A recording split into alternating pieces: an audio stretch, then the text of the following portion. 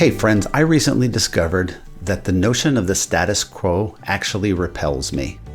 What do I mean by that? First, we should talk a little bit about what the word status quo means. If we look up the dictionary definition, it's the existing state of affairs, especially regarding social or political issues. I'd put it more in career context. Status quo is the inertia that gets set in teams that makes people feel comfortable. Simon Sinek has a great quote about people being reluctant to change. It's that they don't fear change. They just are comfortable in the status quo. So what I found about myself is I'm actually not comfortable in the status quo. I think back to my early career. Coming out of university, I had several job offers, and I probably picked the one least traveled to butcher Robert Frost. I decided I had to go into a research house. I should really understand what goes on with consumer behavior and dig deep in the trenches to start to understand that, even though I wasn't a researcher by trade.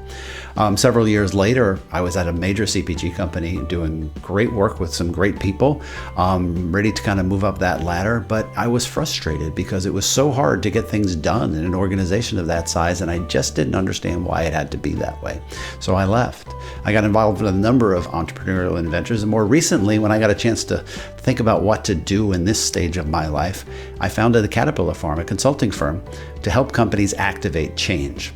So I've found that I'm kind of an enemy of the status quo, and from earliest parts of my career, I've done things that were maybe not the path well chosen or the road less traveled, but they were pushing back against some legacy system to try to do things different, perhaps better, perhaps it's a little rebellious, but it was clearly in my wiring from a career perspective to not accept the status quo, to not accept things that I thought weren't exactly right. So I don't know what that means. I'm not entirely sure what that says about me, but if your desire is to be a change cultivator, I'd encourage you to explore that side of you. And as you explore that side of you, come listen to us on the Change Cultivators podcast.